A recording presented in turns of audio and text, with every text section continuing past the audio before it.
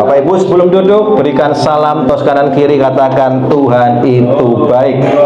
Ya, asik. Ya. Silakan Bapak Ibu yang sudah tos boleh duduk, yang belum tidak boleh duduk ya. Oh ya, iya. Apa kabar Bapak Ibu? Yang luar biasa Tuhan Yesus apa Bapak Ibu? Nah, dunia semakin gempar. Ya, ada 3 peristiwa besar yang terjadi di dunia kita saat ini. Yang pertama adalah ada perangnya Rusia Ukraina. Ya, saya tidak membahas perang, saya tidak memihak siapapun. Saya hanya berdiri atas dasar kebenaran firman Tuhan. Amin. Dunia mau goncang, dunia mau perang, tapi kalau kita bisa berjalan bersama Yesus, kita pasti tenang. Yang percaya katakan amin. Amin.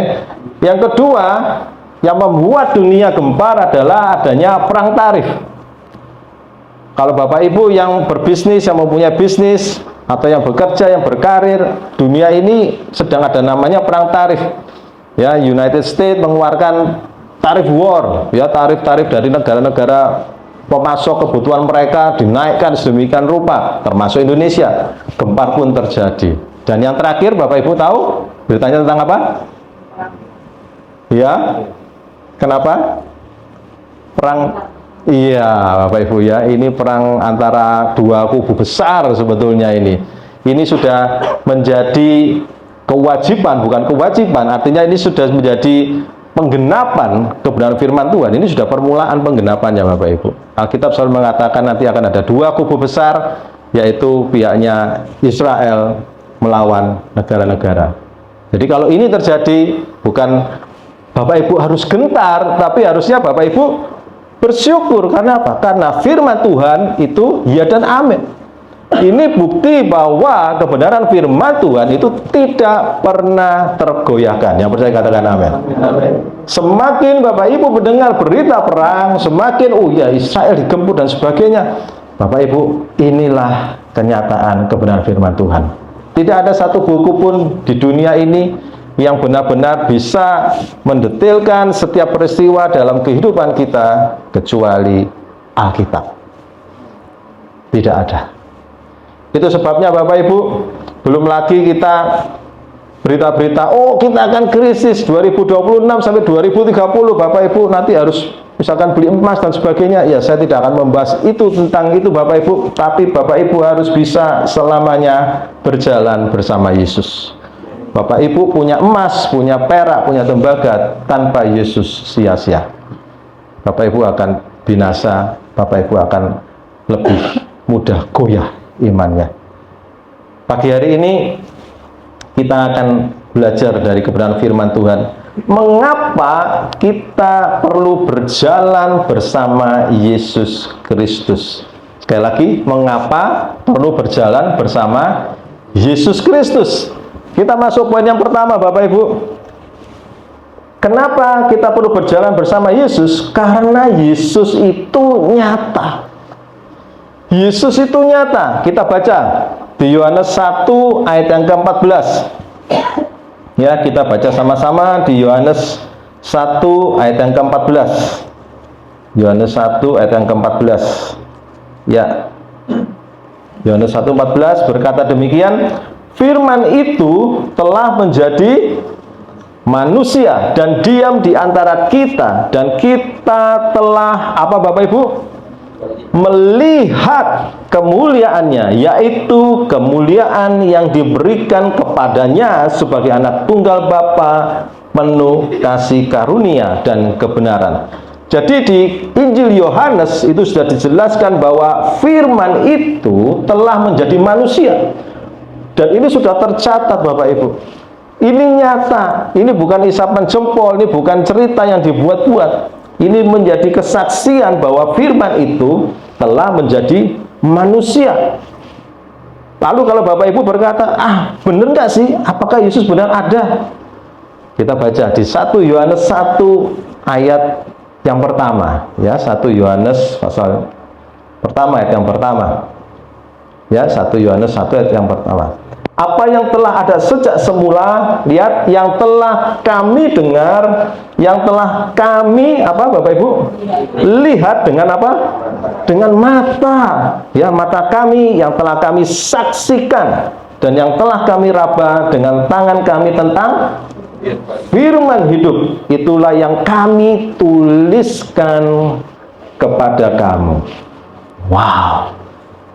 Ini bukan cerita dongeng, legenda dan sebagainya. Justru mereka sudah melihat sendiri, mereka sudah mendengar sendiri, mereka sudah merasakan sendiri. Itulah mereka bisa menulis apa yang telah terjadi, dan itu yang diberitakan kepada jemaat pada saat itu, termasuk saudara dan saya.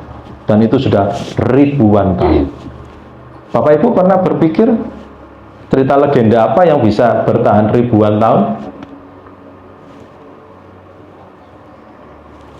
dan diterima di seluruh dunia, di seluruh bangsa?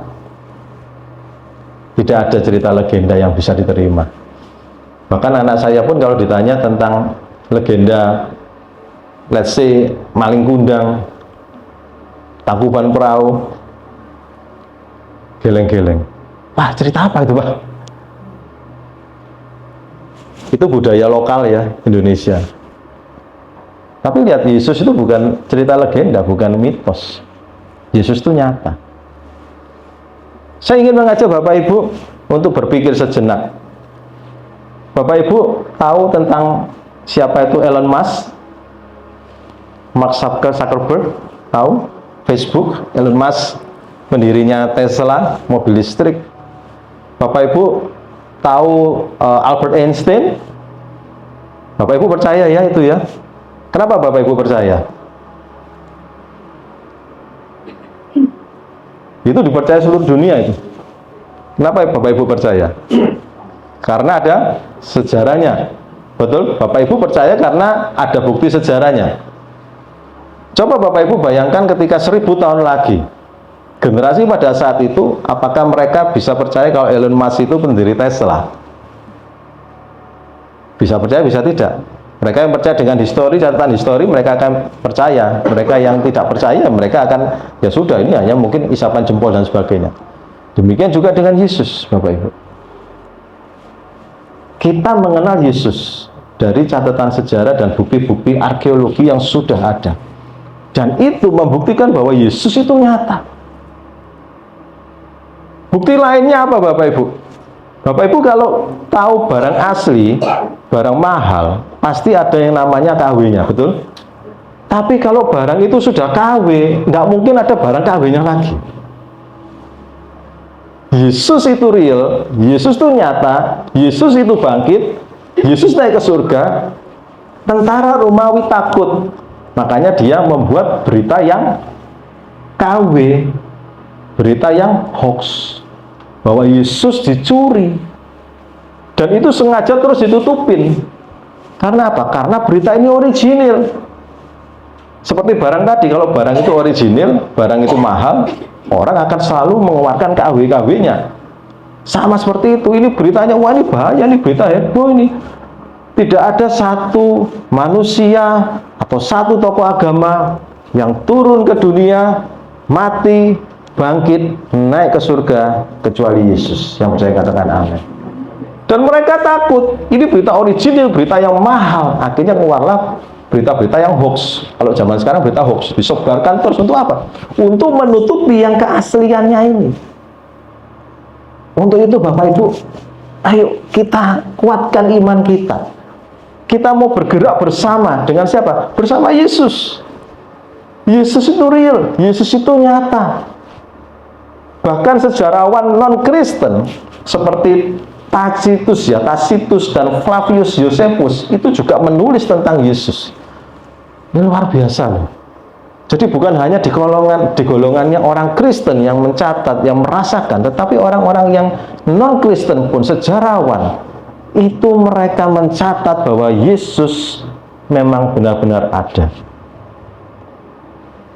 Lain lagi, Bapak Ibu, murid-muridnya Yesus, ya, yang hebat-hebat itu, mengapa kok mereka rela mati demi Yesus? Bapak Ibu, muridnya Yesus itu bukan orang-orang yang bodoh loh.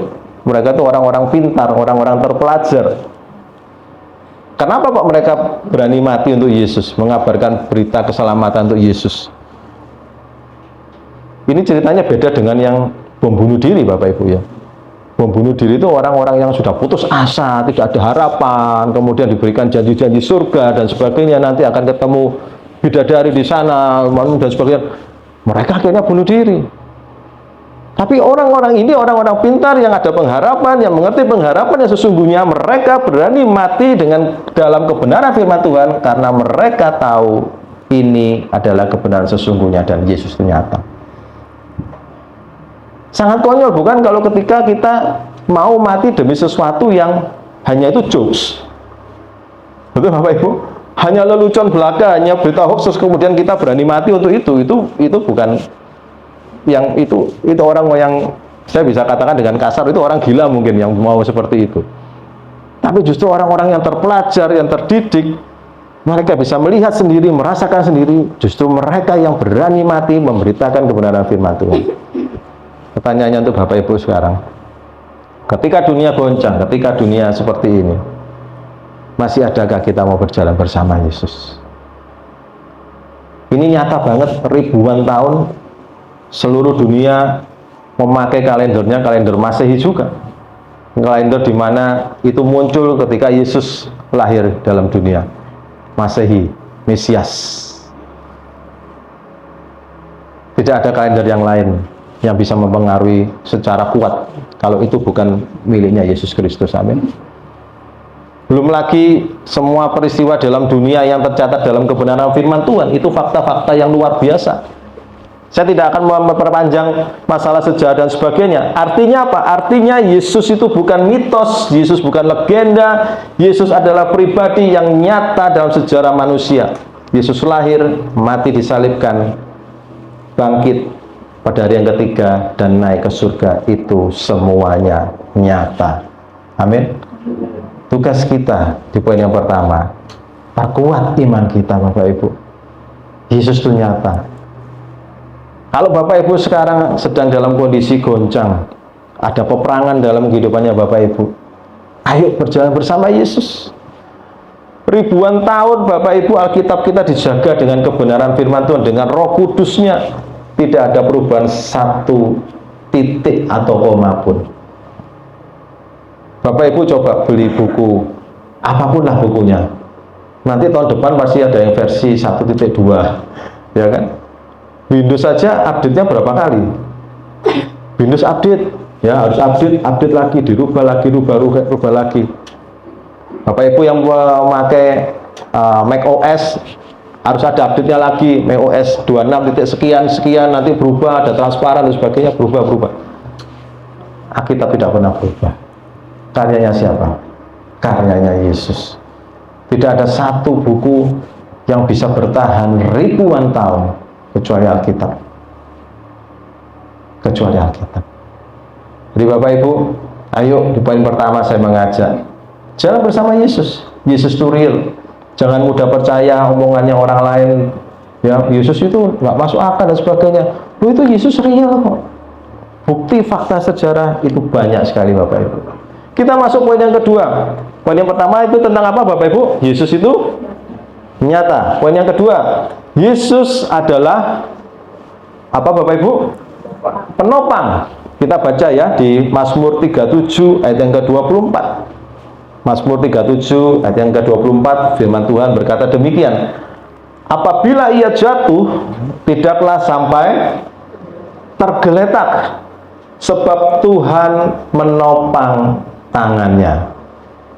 Saya bertanya nih pada Bapak Ibu yang punya pasangan nih terutama ya, pernah enggak ketika Bapak Ibu jalan terus pasangannya Bapak Ibu jatuh atau terjatuh? Ada yang pernah ngalami? Kira-kira menurut Bapak Ibu bisa saat itu langsung menopang? Atau langsung, ya apa sih kok bisa teblok gitu? Motomu nang di gitu. Loh, ketawa Bapak Ibu. Ada yang bisa langsung menopang? Begitu mau kesandung langsung push gitu. Nggak ada Bapak Ibu. Tapi lihat Yesus. Yesus ini satu-satunya pribadi yang mengatakan apabila ia jatuh, tidaklah sampai tergeletak. Sebab apa? Tuhan menopang tangannya. Istri saya tahun kemarin ya, saya pelayanan di sini, istri saya sedang ada di Sydney. Tuhan itu memberikan sebuah impresi kuat bahwa istrimu harus pulang. Karena saya bertanya, Tuhan sampai kapan dia di sana? Ya, tidak lama, harus pulang memang. Harus pulang ya. Tiba-tiba saya mendapatkan mimpi semalam itu, saya itu menjemput istri dengan kursi roda Bapak Ibu. Bawa kursi roda menjemput istri untuk pulang ke Indonesia. Setelah mimpi itu saya telepon istri saya, Meh, hati-hati ya, karena mimpinya kok tidak enak. Pokoknya jemput kamu pakai kursi roda. Kursi roda Bapak Ibu ya, bukan sepatu roda loh ya, kursi roda. Kursi roda. Terus istri saya di sana, oke, hati-hati. Tidak lama Bapak Ibu, kurang lebih seminggu, istri saya jatuh Bapak Ibu. Terpleset, jatuh. Terus dia ngabarin saya, aduh sakit banget ya, sakit banget. Dia ngabarin saya, sakit banget. Apa yang saya ucapkan pertama kali? Saya tidak akan mau tahu nang tidak, tapi apa? Ingat, hati-hati ya, hati-hati. Tolong hati-hati lagi, jangan gegabah. Kalau kerja, kalau waktu studi jangan gegabah. Hati-hati karena Tuhan bilangnya, aku jemput kamu pakai apa Bapak Ibu? Nah itu betul ya, kursi roda. Saya harus memastikan Bapak Ibu berkata kursi roda gitu. Kursi roda. Ya, hati-hati, oke, hati-hati. Nggak lama lagi, jatuh lagi Bapak Ibu. Di tempat, di spot yang sama, jatuh yang sama. Firman Tuhan mengatakan apa? Keledai tidak akan jatuh kali yang kedua di lubang yang sama. Rasanya nggak masuk akal Bapak Ibu. Wah. Saat itu saya berkata kepada istri, go home. Pulang. Langsung tiket, kita pesan tiket ya. Itu pesan tiket pun saat itu tidak ada pilihan lain, harus benar-benar pulang, karena kalau tidak pulang beberapa hari setelah jatuh itu tiketnya akan melambung 2 kali lipat. Ini semua tanda yang kuat. Oke, pulang. Izin ke bos, beresin kuliahnya selesai di situ karena sertifikatnya sudah selesai, pulang. Puji Tuhan, saya tidak bawa kursi roda. Karena apa? Karena harus kita taat. Yesus Kristus itu penopang. Kalau kita itu mau taat pada Yesus, berjalan bersama Yesus, jatuh tapi nggak sampai tergeletak, betul? Yesus masih mau nopang. Saya cuma bersyukur, oh Tuhan, terima kasih. Transitnya di Bali 1 malam ya, 1 malam Surabaya. Saya sudah yakin, oh Yesus Kristus penopang, nggak akan terjadi kelumpuhan. Pulang sehat-sehat. Ya memang harus pijet sih Bapak Ibu ya. Nggak tahu itu pijetnya karena sakit atau memang kepingin pijet. Akhirnya harus pijet. Tapi everything is okay. Karena apa? Yesus Kristus penopang. Yang percaya katakan amin. Dunia tidak pernah bisa mengamankan kehidupannya Bapak Ibu. Tapi kalau Bapak Ibu mau berjalan bersama Yesus, Yesus Kristus itu penopang.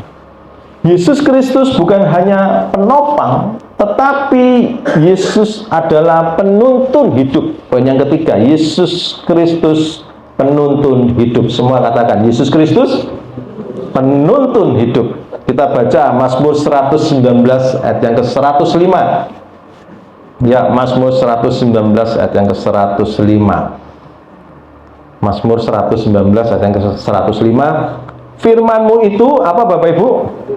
Pelita bagi kakiku dan terang bagi jalanku. Bapak Ibu, hidup ini seperti berjalan di dalam kegelapan. Banyak orang berkata hidup ini seperti kita sedang menempuh hutan rimba, di mana kita tidak punya lampu penerang, di mana siap-siap kita harus diserang oleh binatang-binatang buas dalam kehidupan kita. Yesus dikatakan tadi di poin yang kedua, dia penopang saat kita mungkin terkena badai, kita terpeleset, tapi kita tidak jatuh. Tapi apakah Yesus hanya penopang? Tidak. Yesus ternyata adalah penuntun hidup, pelita bagi kaki dan terang bagi jalan. Jadi Bapak Ibu kalau percaya Yesus itu sudah dapat paket utuh. Selain penopang, dia itu pelita. Jadi ketika kita berjalan, kita tahu, oh ini jalannya terang, oh ini benar jalannya, oh ini ada lubang, oh ini ada batu. Nah kita itu harus melatih Bapak Ibu, kehidupan kita itu seperti itu. Bukan berarti terus Bapak Ibu hanya berdoa saja, beribadah saja, bukan. Setiap Bapak Ibu bekerja, apapun profesinya Bapak Ibu, ayo masuk ke dalam doa, doakan. Doakan, doakan. Nanti Bapak Ibu ketika akan ada bahaya, ketika akan ada orang yang menipu, Bapak Ibu sudah diberikan tuntunan. Dan Bapak Ibu harus bisa mengalami pribadi, lepas pribadi dengan Yesus. Wah, enak banget Bapak Ibu. Pengalaman bersama Yesus itu semeriwing gitu ya, seger-seger. Gimana gitu loh, seru-seru gimana gitu ya. Semriwing, enak gitu ya, asik. Kadang bisa membuat deg-degan, kadang kita bisa tiba-tiba sukacita gitu. Apakah bisa sedih dengan dalam? Gak bisa sedih dengan dalam Bapak Ibu. Benar. Anda sedih sebagai seorang manusia itu wajar, tetapi sampai benar-benar sedih mendalam, putus asa, mengakhiri hidup, itu tidak ada di dalam kamus yang orang yang percaya pada Yesus. Karena ingat, nomor 2, ketika jatuh tidak akan sampai tergeletak. Karena Yesus yang menopang, dia membangkitkan. Bapak Ibu, saya hampir setahun ini, ya 11 bulan ini saya hidupnya di Bali, di Denpasar. Itu kemurahan Tuhan karena ceritanya panjang Bapak Ibu, saya singkat. Jadi ada developer, ada investor di sana, ya orang Bali juga yang punya beberapa usaha besar-besar di sana. Mereka membutuhkan seorang hamba Tuhan yang bisa mengatur sistem untuk pendidikan. Nah, singkat ceritanya, saya dikenalkan, kemudian saya diinterview, akhirnya saya diterima kerja di sana untuk membangun sistem pendidikan mereka, termasuk membangun iman mereka. Di sana itu Bapak Ibu, kita multicultural semua. Anak-anak high school, bukan anak-anak high school, anak-anak secondary school, SMP, kalau kita kenal istilahnya itu SMP, itu mudah sekali putus asa Bapak Ibu. Mudah sekali putus asa. Mereka sedikit-sedikit berkata, untuk apa aku hidup? Hanya perkara kelompok kerjanya mereka kalah nilai. Mereka bisa berkata, kalau gitu aku sia-sia hidup. Ngapain begini? Aku sudah berusaha, tapi kelompokku kalah, aku percuma. Aku mau bunuh diri. Bayangkan, Bapak Ibu. Marketplace itu tidak seindah yang kita pikirkan. Perjuangan Bapak Ibu ketika di gereja ini jauh lebih oke, kita datang puji Tuhan, Yesus luar biasa. Tapi ketika di marketplace, bisa enggak kita memberikan harapan kepada anak-anak? Yesus itu penuntun hidupmu. Skormu atau nilaimu bisa buruk, tetapi ketika engkau percaya pada Yesus, kemampuanmu akan naik. Ada salah satu siswa kami Bapak Ibu, dia putus asa Bapak Ibu, karena dia merasa orang tuanya ini selalu membanding-bandingkan dia dengan saudaranya, dengan siblingsnya, saudara kandung. Lalu dia ini merasa kehidupannya dia di sekolah ini tidak bisa maksimal, karena doktrinnya dari orang tua seperti itu. Nah, tugas saya di sana adalah membangun imannya mereka, mengenalkan Yesus, bahwa Yesus adalah penuntun, Yesus adalah penopang hidup mereka, Yesus itu nyata. Ini bukan kristenisasi, bukan Bapak Ibu. Bukankah Yesus berkata, jadikanlah semua bangsa muridku? Betul? Dan kita diutus seperti kita diutus sebagai domba di tengah-tengah. Itu tugas kita Bapak Ibu. Tugasnya Bapak Ibu, bukan saya saja, bukan Pastor Gun juga, semua. Kita setiap pagi ada morning assembly, kita beritakan kebenaran firman Tuhan. Anak itu mendengar. Saya berkhotbah di sana, Saya berkata, kalau temanmu tidak menghargai engkau, orang tuamu mengucilkan atau membandingkan, hanya ada satu pribadi yang menghargai engkau, yaitu Yesus. Seberat apapun tantangan hidupmu, ingat Yesus. Singkat ceritanya Bapak Ibu, 2 minggu setelah itu, saya mendengarkan kabar dari si anak yang mau bunuh diri ini. Guru berkata, Pastor, tahu anak ini? Iya tahu, kenapa? Dia sekarang hidupnya semangat lebih dari sebelumnya. Saya kaget, oh ya, kok bisa gitu? Iya, dia berkata gini, saya tadinya mau bunuh diri, tapi ketika saya mendengar kebenaran firman Tuhan, mendengar Yesus satu-satunya pribadi yang mau menopang hidupku, dia nggak jadi bunuh diri. Dan sekarang, wow, anak ini semangatnya luar biasa. Itu karena apa? Karena Yesus penopang, Yesus penutup hidup. Yang percaya katakan amin. Sama Bapak Ibu, anak-anak dengan kita, orang-orang yang sudah dewasa, keimanan kita itu tidak ditentukan seberapa usia kita. Orang-orang yang bunuh diri saat usia dewasa pun juga banyak. Itu sebabnya Yesus itu kan luar biasa kan? Tidak pandang gender, tidak pandang seberapa berat dosamu, tidak memandang seberapa jahat hatimu, ada korupsi dan sebagainya, asal mau menerima Yesus, bertobat, dihapuskan dosanya. Yesus berkata apa? Pergi, kamu sembuh, jangan berbuat dosa lagi. Saya juga berkata demikian kepada anak-anak didik. Kamu sekarang diperbarui, belajar yang sungguh-sungguh, Yesus menuntun hidupmu, jangan berbuat dosa lagi. Harus Bapak Ibu, itu kehidupan kita. Yesus menuntut, Yesus turun ke dunia, rela menjadi manusia yang hina untuk siapa? Untuk saudara, supaya memiliki hidup yang jauh lebih baik dari sebelumnya. Yang percaya katakan amin. Poin yang keempat, poin yang pertama apa? Yesus itu nyata. Poin yang kedua, penopang. Yang ketiga, penuntun. Yang keempat, sudah menopang, sudah menuntun. Yesus Kristus adalah pembuat mukjizat. Bapak Ibu tidak perlu baca ya. Ia pun bangun menghardik angin itu dan berkata kepada danau itu, diam, tenanglah. Lalu angin itu reda dan danau itu menjadi teduh sekali. Inilah sebuah gambaran Bapak Ibu bagaimana kita hidup bersama Kristus. Bagaimana kita moving together with Jesus Christ. Ibaratnya kita ada di kapal, Yesus pun ada di kapal. Tapi yang sering kali kita lengah, yang sering kali kita itu ragu-ragu, loh Yesus kok tidur? Berapa banyak dari kita kalau doa, Yesus kok gak dijawab? Ada yang pernah merasa itu? Atau hanya saya sendiri yang katanya? Ada yang merasa kan? Sama Bapak Ibu. Seperti di perahu ini, kena badai, kena gelombang tinggi, muridnya panik. Loh, dia lupa ada Yesus.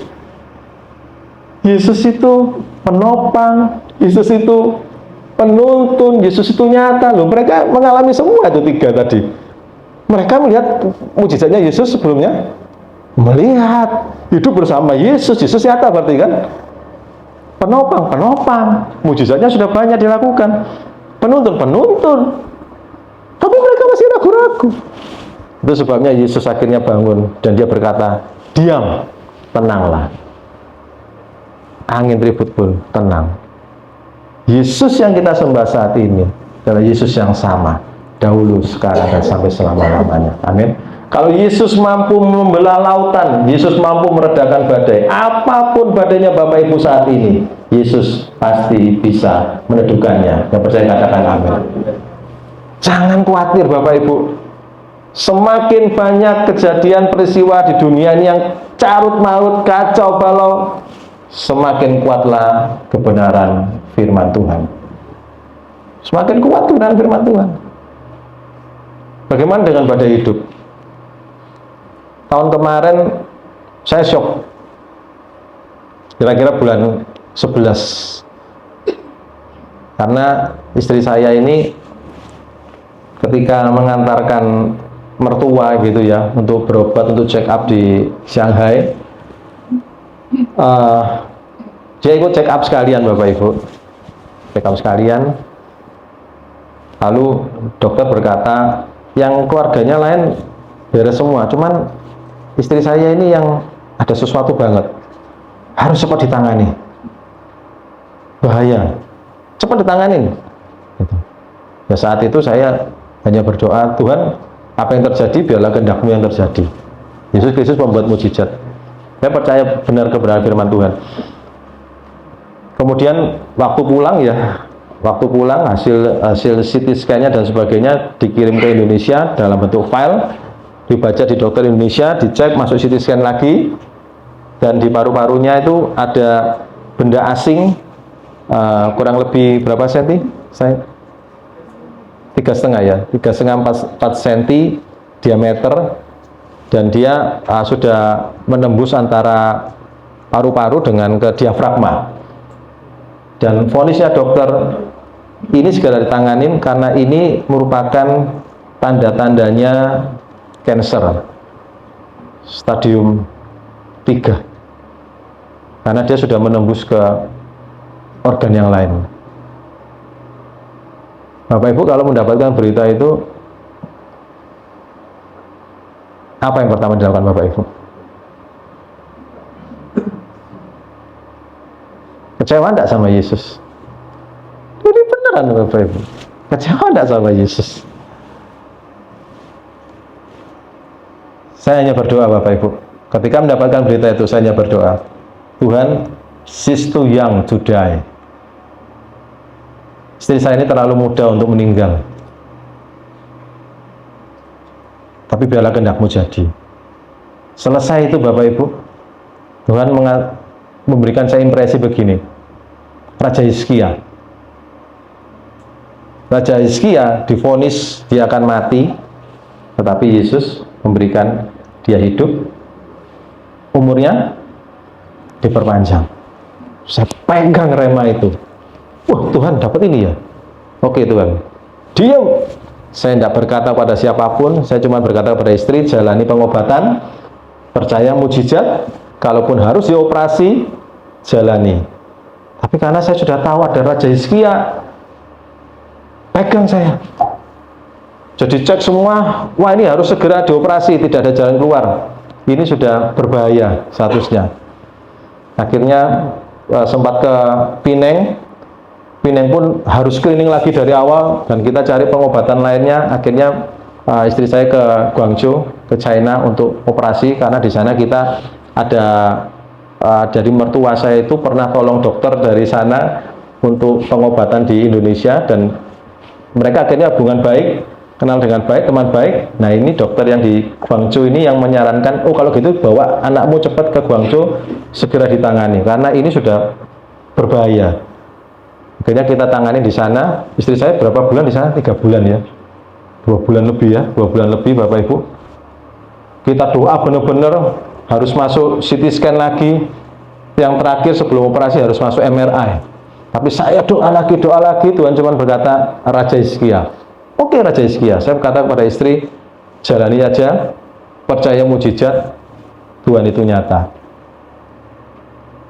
Malam sebelum, 1 hari sebelum operasi untuk diambil paru-parunya, karena satu paru-paru itu terinfeksi harus diambil, karena ada benda itu, MRI dijalankan, dan saya tahu kalau MRI itu buruk hasilnya, operasinya pasti dihentikan, karena sudah buruk, tidak mungkin di otak-atik lagi.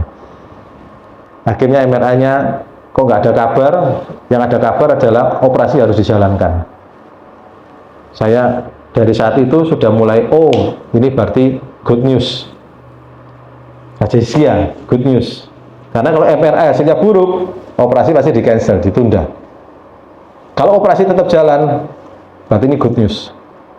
Ya udah, saya cuma menguatkan, ya udah kalau memang harus menjalani operasi. Dan kita nggak tahu benda itu apa, karena ini sudah stadium 3. Operasilah, dibedah, dikeluarkan benda itu. Saya dapat fotonya, bendanya itu seperti Bapak Ibu tahu apa? Keju ya, atau permen susu ya. Bapak Ibu tahu yang dulu permen susu yang lama itu, yang putih, Nah segitu Bapak Ibu bendanya. Bayangin Bapak Ibu, benda asing dalam paru-paru kita itu sudah cancer. Gede loh Bapak Ibu, segini paling enggak. Segini. Dicek sama dokternya, harus kembali lagi periksa lagi. Akhirnya dokter mengatakan bersih, itu bukan cancer. Lihat Bapak Ibu. Yesus membuat mujizat. Dokter sampai sekarang pun heran Bapak Ibu, ini apa, benda apa? Nggak tahu, tapi ini bukan cancer. Ini bukan cancer. Itu sebabnya saya berkata kepada istri, pergunakan waktumu. Ini Raja Hizkia. Saya ditemani Raja Hizkia Bapak Ibu. Ayo Bapak Ibu melangkah bersama Kristus. Badai bisa datang berbagai macam Bapak Ibu, tapi respon saudara ketika badai itu datang, itu yang menentukan kemana arah tujuan Bapak Ibu. Responnya Bapak Ibu. Yang terakhir, apapun yang terjadi, mau itu akhirnya Bapak Ibu diselamatkan dari bencana, dari sakit penyakit, disembuhkan, Bapak Ibu harus tetap percaya Yesus Kristus itu pemberi hidup yang kekal. Ketika saya menerima kabar istri saya mengalami itu, saya hanya berkata, Tuhan, kalau memang harus terjadi istri saya pulang, paling tidak dia sudah punya tiket ke surga. That's it. Tugasnya sudah selesai di bumi. Tapi saya tetap berdoa Bapak Ibu, bukan berarti, akhirnya enggak Bapak Ibu, dosa itu. Saya tetap berdoa Pak, Tuhan, sis tu yang tudai. Dia terlalu muda untuk meninggal. Dan akhirnya Tuhan memberikan Raja Hizkia itu. Bapak Ibu kalau tidak pernah baca Alkitab, tidak pernah membaca dengan kesungguh-sungguhan, tidak membiasakan diri, terus pada waktu Bapak Ibu menerima berita seperti itu, Bapak Ibu larinya ke sosmed, ke teman-teman, di mana Bapak Ibu akan akhirnya lebih mudah digoncangkan imannya. Tapi ketika Bapak Ibu hidupnya dalam kebenaran firman Tuhan, membaca kebenaran firman Tuhan, menjadi makanan sehari-hari, ketika bencana datang, masalah datang, Roh Kudus akan mengingatkan, nih ada ayatnya tertulis. Artinya apa? Yesus itu nyata. Yesus itu penopang. Istri saya jatuh, ditopang, nggak sampai tergeletak. Yesus itu penuntun, harus pulang. Ya oke, pulang Tuhan, let's go, pulang. Harus mengalami operasi, oke, let's go, tuntun, pengobatan. Yesus pembuat mujizat, disembuhkan. Memberi hidup yang kekal, kita yang percaya kepada Yesus, kapanpun kita dipanggil, surga adalah tempat kehidupan kita. Yang percaya katakan amin. Mari Bapak Ibu, pagi hari ini hanya ada satu pribadi yang tidak pernah berubah, Yesus Kristus. Anak-anak Bapak Ibu ketika besar, dia akan hidup mandiri, akan meninggalkan Bapak Ibu. Temannya Bapak Ibu, kalau Bapak Ibu punya uang banyak, temannya bisa banyak. Ketika tidak ada uang, teman pun akan melihat, kamu siapa? Sampai ada satu pepatah dari quotes, ya bukan pepatah, tapi ada satu kalimat yang diucapkan motivator, kalau Anda punya banyak uang, Anda kentut aja didengar. Tapi kalau Anda tidak punya uang, Anda berbicara petuah-petuah apapun, nggak ada yang dengar. Itu manusia.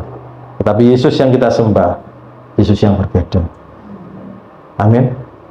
Dia nyata, dia menopang hidup kita, dia menuntun langkah kita, dia melakukan mujizat, dan dia memberi hidup yang kekal.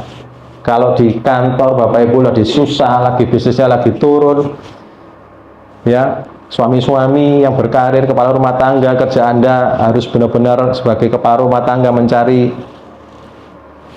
makanan, ya kan? Itu kan memang tanggung jawabnya suami, ya. Ketika Anda mengalami stres di kantor atau sebagainya, pasang fotonya istri di handphone. Stres, lihat handphonenya, oh ada istriku. Ternyata masalah di kantor lebih ringan daripada masalah dengan istri.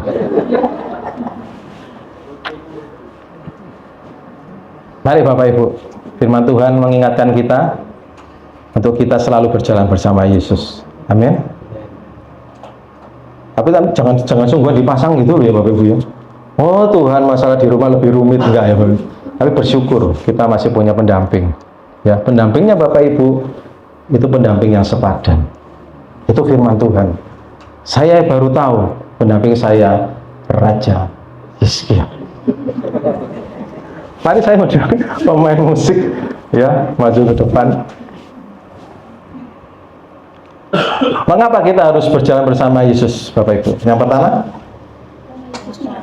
Yesus itu nyata. Yang kedua, Yesus itu penopang. Yang ketiga, Yesus penuntun. Yesus penuntun. Yang keempat, membuat mujizat. Yang kelima, mari sama-sama kita bangkit berdiri.